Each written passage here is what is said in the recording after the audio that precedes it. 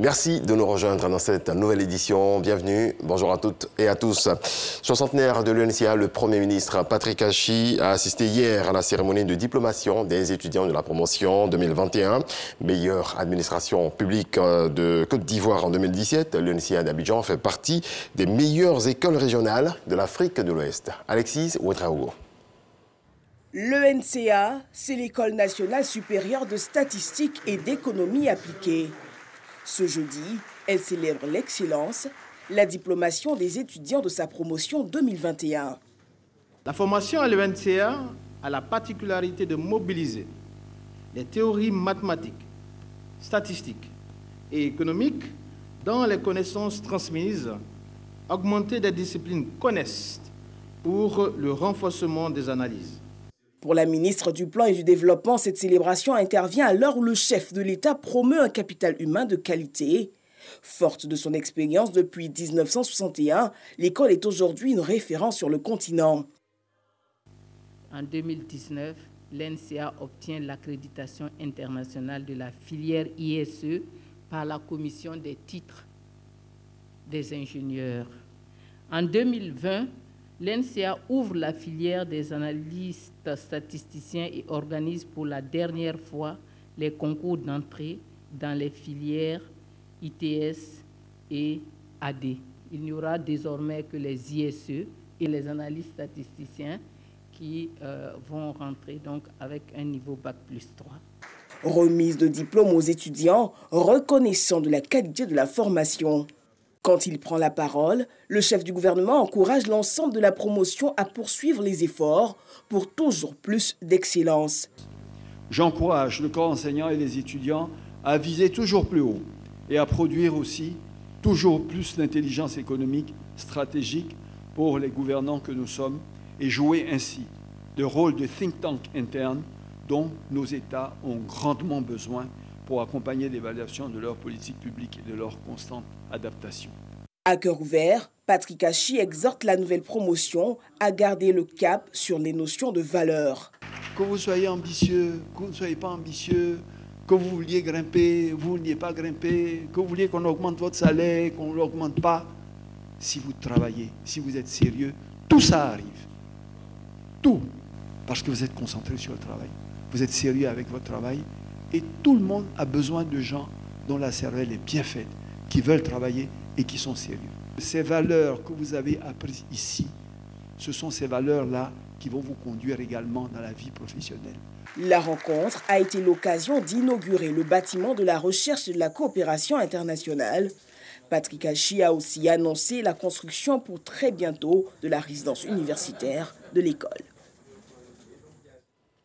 Le président du Sénat ivoirien a défendu la gestion 2020 des finances pour la bonne marche de l'institution. Jeannot Ahoussou-Kouadio était ce jeudi face aux membres de la Commission des affaires économiques et financières à Abidjan. Herman Guivé nous en parle.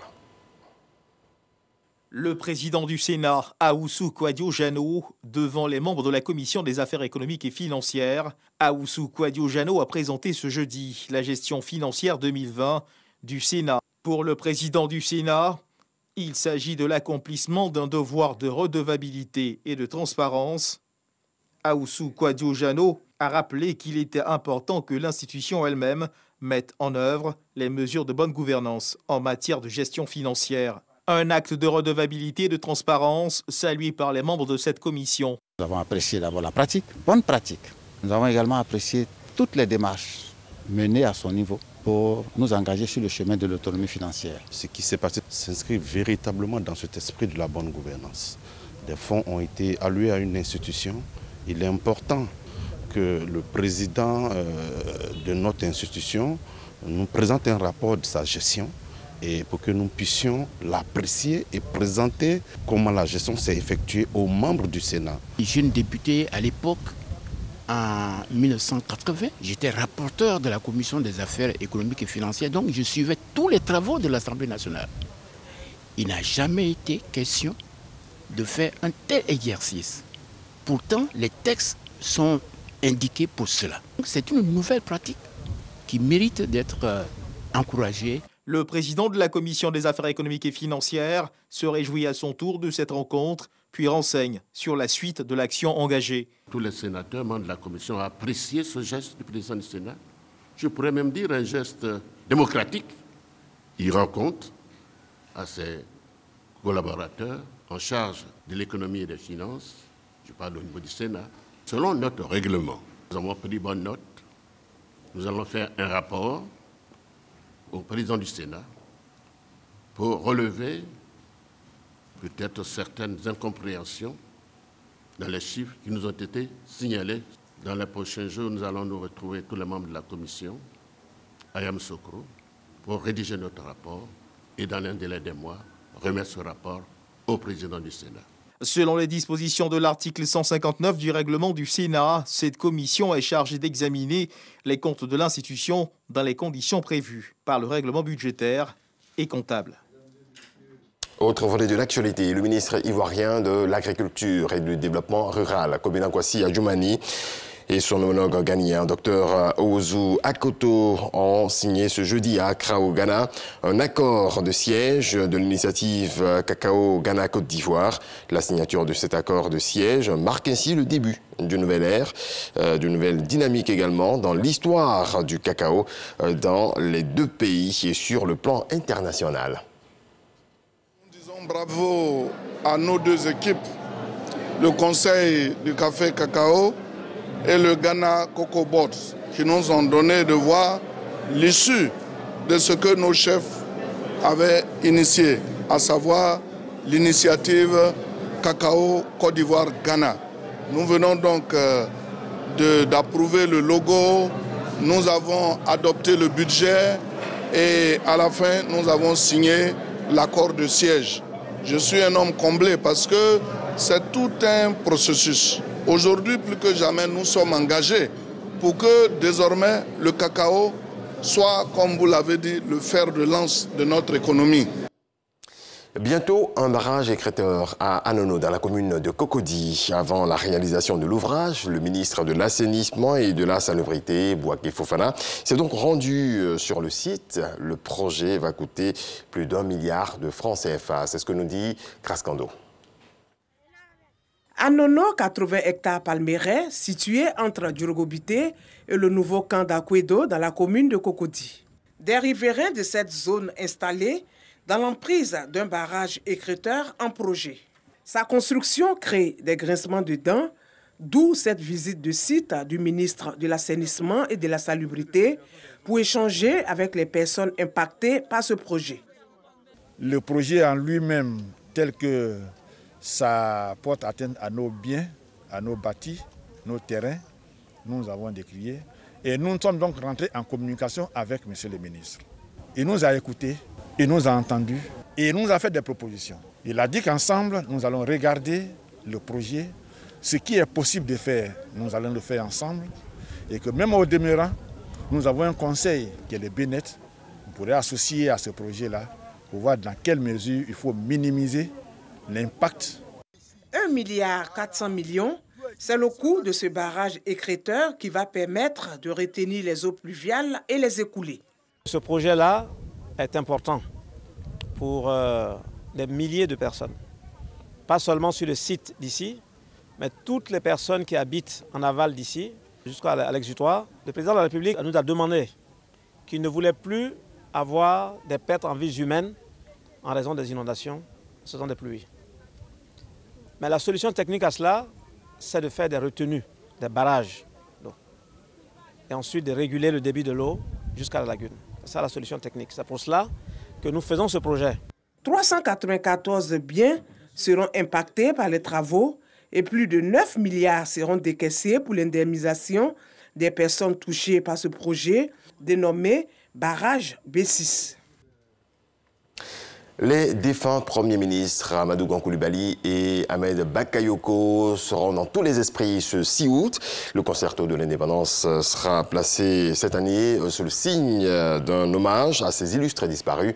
La célébration va se tenir au rond-point de la mairie d'Abobo. Godefroy Okambawa. Pour cette année, le concerto de l'indépendance du 7 août se tiendra dans la commune d'Abobo. Dans cette ferveur, un hommage sera rendu aux deux feu Premier ministre Amadou Gon Coulibaly et Ahmed Bakayoko. Comme chaque année, le concerto de l'indépendance est offert par le président de la République Alassane Ouattara.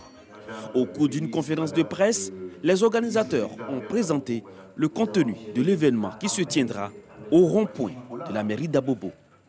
Je tiens à remercier M. le Président de la République, son Excellence M. Alassane Ouattara, qui offre ce concerto de l'indépendance en hommage à feu les premiers ministres Ahmed Bakayoko et Amadou Koulibaly, à la population ivoirienne et à la population d'Abobo en particulier. Selon Mohamed Fofana, vice-président du comité d'organisation, l'événement verra la participation de plus de 50 artistes nationaux et internationaux. Les dispositions sécuritaires et sanitaires sont prises pour la tenue de l'événement qui attend plus de 200 000 spectateurs. Le concerto de l'indépendance se tenait auparavant sur le boulevard Giscard d'Estaing dans la commune de Treichville. Cette année donc, c'est la commune d'Abobo qui accueille l'événement. Les populations pourront vibrer au rythme et couleurs des 61 ans de l'indépendance de la Côte d'Ivoire. Médaillé de bronze aux Jeux Olympiques de Tokyo, Ruth Gbagbi a regagné Abidjan hier après-midi. Une délégation conduite par le ministre de la Promotion des Sports, Paulin-Claude Dao, lui a réservé un accueil triomphal au pavillon présidentiel de l'aéroport international Félix Houphouët-Boigny. Suivant. Ruth Gbagbi est de retour en Côte d'Ivoire, médaillée de bronze au taekwondo à Tokyo, aux Jeux Olympiques. L'athlète ivoirienne a foulé le sol ivoirien à 14h45. Elle a eu droit à un accueil chaleureux avec en première ligne le premier responsable du sport ivoirien. Akouaba dans ton pays. La Côte d'Ivoire, ton pays, est fier de toi. Et son Excellence, M. Alassane Ouattara, président de la République, a autorisé le gouvernement à te réserver un accueil très chaleureux. C'est aujourd'hui donc un jour de légitime fierté pour nous. Cette médaille, c'est une médaille qui vient récompenser tous vos efforts. Honneur et hommage à toi, Babi Ruth. Cette médaille, comme monsieur le ministre a dit, c'est pour récompenser tous les efforts de tous les athlètes ivoiriens qui ont représenté dignement la Côte d'Ivoire aux Jeux Olympiques de Tokyo. Et cette médaille, c'est pour la jeunesse, c'est pour la Côte d'Ivoire. Et voilà, je suis très très heureuse de rentrer à Abidjan. Ruth Gbagbi a profité de l'occasion pour communier avec le président de la Fédération ivoirienne de taekwondo, Maître Bambachek Daniel, mais aussi avec les populations venues massivement lui dire Akouaba. Dans le reste de l'actualité, en Afrique du Sud, le président Cyril Ramaphosa a annoncé hier un remaniement en profondeur de son gouvernement, avec une dizaine de changements à la tête de ministères pour répondre, entre autres, aux émeutes qui ont touché le pays en juillet. Le gouvernement sud-africain est depuis sous le feu des critiques pour n'avoir pas su anticiper et réagir à temps. Ce remaniement se veut donc une première réponse. C'est un coup de tonnerre sur la planète foot. Lionel Messi quitte le Barça. Le FC Barcelone a annoncé hier que le meilleur joueur de son histoire ne va pas prolonger. Le club catalan pointe du doigt les règles de plafond salarial de la Liga qui empêcheraient de valider le contrat de la Pulga. L'Argentin est donc libre de terminer sa carrière où il l'entend. Manchester City et le Paris Saint-Germain se sont déjà signalés, mais rien n'est encore joué. Voilà qui marque la fin de ce point de l'actualité. Merci à toutes et à tous de nous avoir suivis. Excellente journée à vous.